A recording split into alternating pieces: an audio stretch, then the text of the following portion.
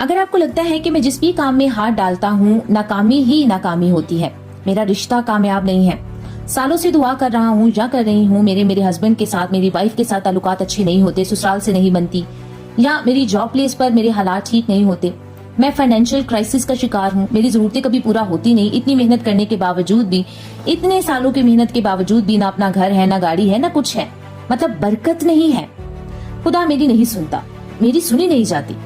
सुनिए सुनिए सुनिए, रुकिए, कमी खुदा में नहीं है और हो नहीं सकती, कमी आपके अंदर है। हम बहुत कोशिश कर रहे हैं, बहुत मेहनत कर रहे हैं अपने हालात को बदलने की, लेकिन खुद को नहीं बदल रहे। चलिए कलाम मुकद्दस में से ही सीखते हैं।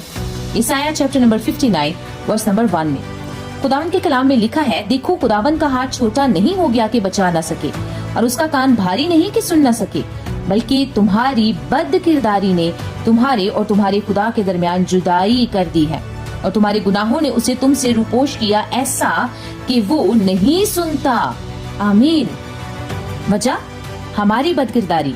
लिखा है, तुम्हारे हाथ खून आलूदा हैं, उंगलियां बद किरदार हैं, लब झूठ बोलते हैं और जुबान शरारत की बातें बकती है। ज्यादा दूर न जाए, मोबाइल का misuse, vulgarity, porn movies, extra marital affairs, जनाकारी, शादी से पहले सेक्सुअल रिलेशनशिप्स, हम हर तरह की बदकारी का तो शिकार हैं। कोई हमें एक बात करे तो वो अपनी जान छुड़ाए कि अब जाए कहाँ, हम उससे 10 बातें सुनाकर भेजेंगे। हम इज्जत नहीं करते अपने माँ बाप की, सास ससुर की, अगर वो हमें एक छोटी सी बात कह दें तो हम मुंह फुला के बैठ जाते हैं, उन्हें खाना पीना, पहनना ओढ़ना, पूछना बंद कर देते हैं, और ऐसी बहुत सी चीजें। अपनी रविशों पर गौर करने की जरूरत है। मिसाल की किताब में लिखा है, जब खुदा को इंसान की रविशें पसंद आती है ना, तो वो उसके दुश्मनों को भी इसके दोस्त बना देता है। यहाँ तो हम अपनों की बात कर रहे हैं। हमेशा वो गलत है, उसने ऐसे किया, वो ऐसा करता है। हम क्या कर रहे हैं? बाइबल मुकद्दस फरमाती है कि अपनी रविशों पर गौर करें, अपनी बदकिरदारी से बाज आएं। आप चाहते हैं आपकी दुआएं सुनी जाएं, तो दूसरों को क्यों देखते हैं? अपनी बदकिरदारी से बाज आएं।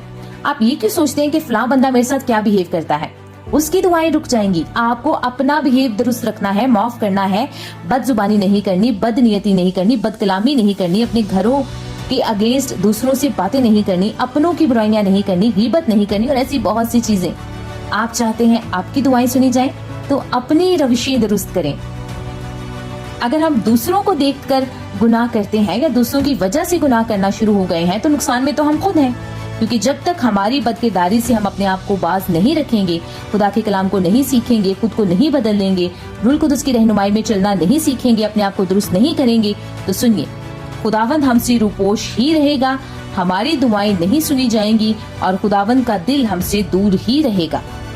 जबकि वो ऐसा नहीं चाहता, वो किसी की हलाकत नहीं चाहता, वो चाहता है आप पुरसुकून जिंदगी गुजारें। वो फरमाता है कि मैं अपना हकीकी इत्मीनान तुम्हें दिए जाता हूँ, वो नहीं जो दुनिया देती है, बल्कि वो जो मैं देता हूँ। मेरे पास लौट आओ, मैं तुम्हें सुकून दूंगा। बस खुदा के पास लौटने का मतलब उसके अहकामात पर अमल करना है। रूह कुदस की रहनुमाई हासिल करें, हर रोज खुदा के कलाम को पढ़ें, दुआ करें, अपने आप को बदी से, गुनाह से बाज रखें, रूह कुदस की मदद के साथ खुदा में बढ़ते चले जाएं। सुकून, इत्मीनान आप ही के लिए है। आमीन। जय मसीह की।